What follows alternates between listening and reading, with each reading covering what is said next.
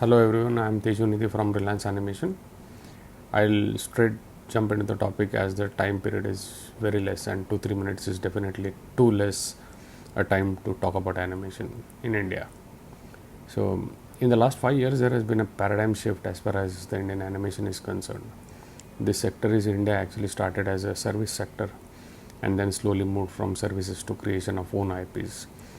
Initially we built IPs around mythological characters and mythological stories, and rightly so, because all these characters in mythology were known to the parents and the kids, and it was a safe bet to create stories and IPs around those characters.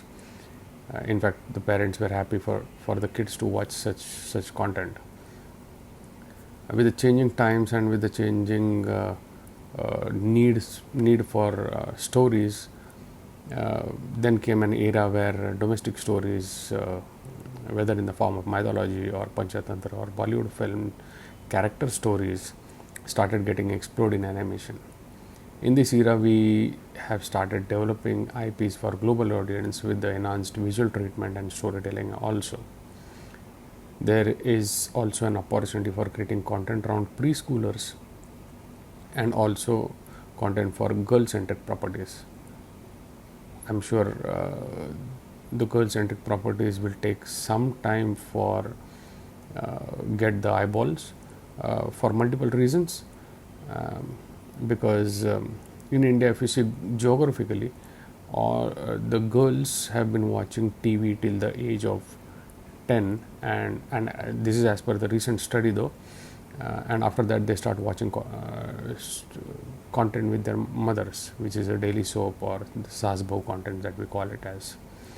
So according to me, and yes, one of the possibilities is that a girl character can be strategically built alongside a male character and then spun off into a separate IP. This could be one of the possibilities of developing a girl-centric IP. Moreover, India, if you see, has a strong cultural background and geographically split into cities which are further categorized into A, B, C, D, and so on. So the content that is watched across India is not the same. Kids in city B or city C or city D may not have access to digital platforms, and their consumption is then restricted to TV content, which is TV animation. And in India, animation is still considered as cartoon. It's not gone beyond a particular age. And if you see in India, most of the content in animation has been created for ages between 6 to 12. So there is an opportunity though to create a lot of content for the preschoolers and for the youth, but only time will tell about it. Moreover, what is happening is the storytelling nowadays has been happening through the TV and not through grandparents.